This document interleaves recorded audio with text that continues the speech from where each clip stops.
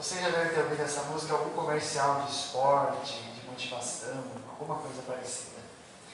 É uma música belíssima, não? Como eu disse, ele agora estava de certa forma sozinho, mas tinha um grande amigo com ele, de infância. E este amigo começou a acompanhá-lo para uma grande viagem. Por quê?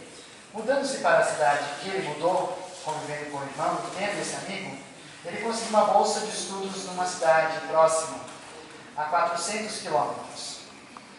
Para viajar, ele teve que ir a pé. Foi uma das primeiras gigantescas viagens que ele fez.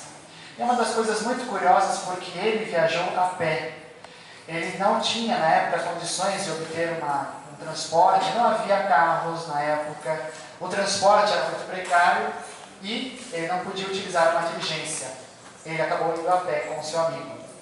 Lá permaneceu estudando bastante, como se fosse o ensino médio de hoje.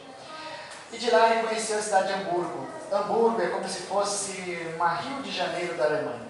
Uma cidade extremamente cosmopolita, culturada, cheia de riquezas culturais. Através dessa cidade ele começou a conhecer toda a cultura que existia na Europa. E isso vai ser vital para ele nesse instante, porque ele vai conseguir aglutinar nas suas músicas todo um acervo de composições que naquela época estavam espalhados. E que com as composições que ele deixou para a posteridade, nós pudemos entender os estilos que existiam em várias regiões. Na época, o país que ele vivia, a Alemanha, não era unificada. Era aglomerado de principados, reinos, aldeias, que cada uma tinha sua própria administração. Cada uma tinha sua cultura, isolada. E Bach começou a ter contato com essas culturas e assim acumulá-las no seu acervo de memória para então colocá-las, traduzi-las, materializá-las na sua composição. Durante esse período também ele viajou para Lübeck, onde ele conheceu um dos maiores compositores da época, Dietrich Buxtehude. O nome é muito confuso, mas a história é muito engraçada.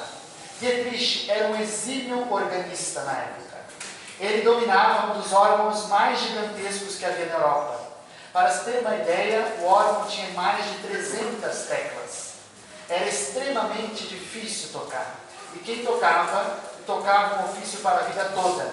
Porque o organista demorava anos para aprender a executar o órgão, e esses anos levavam dele a sua vida toda.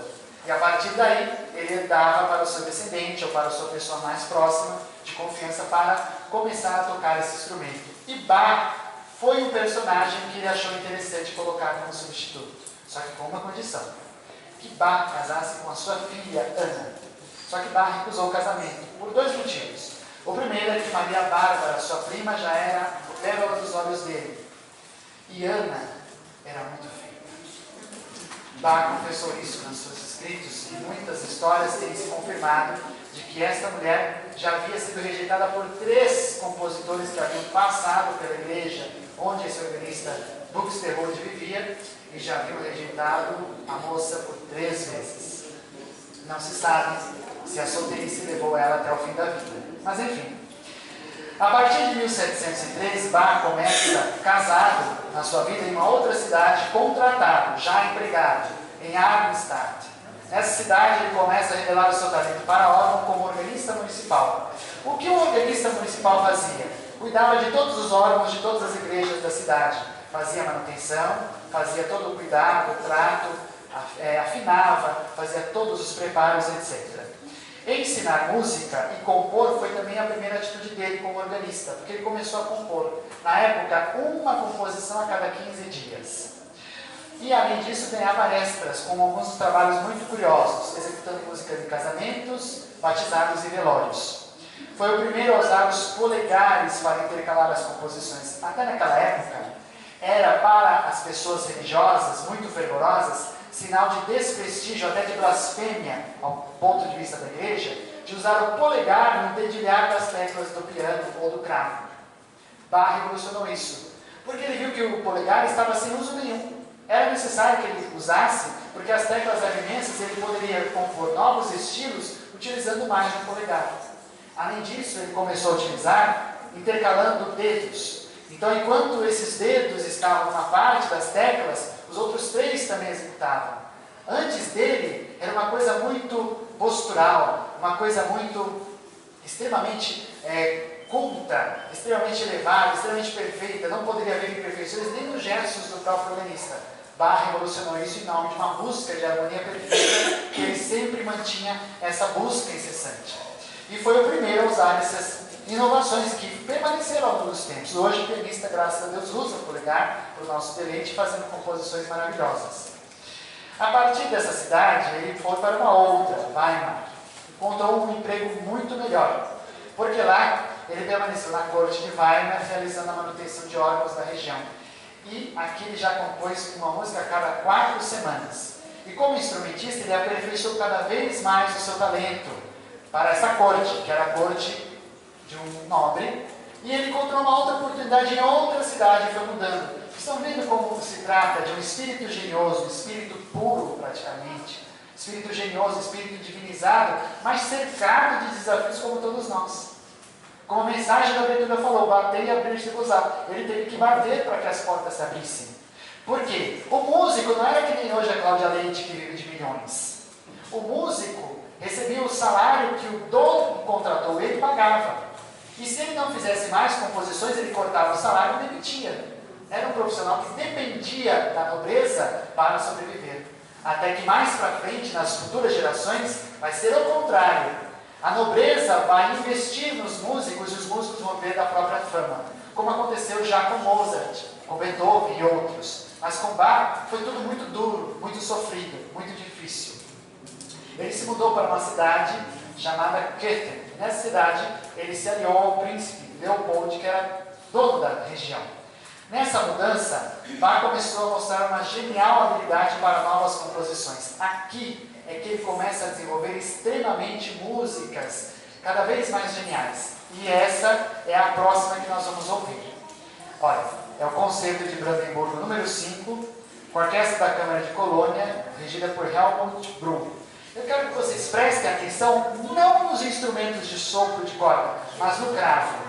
No dedilhado do cravo, porque era Bach que fazia isso durante as execuções. Não era o maestro que ficava regendo. Ele dedilhava o cravo e redigia a orquestra ao mesmo tempo. Vejam a genialidade e desafio que hoje as pessoas têm para executar novamente as suas composições.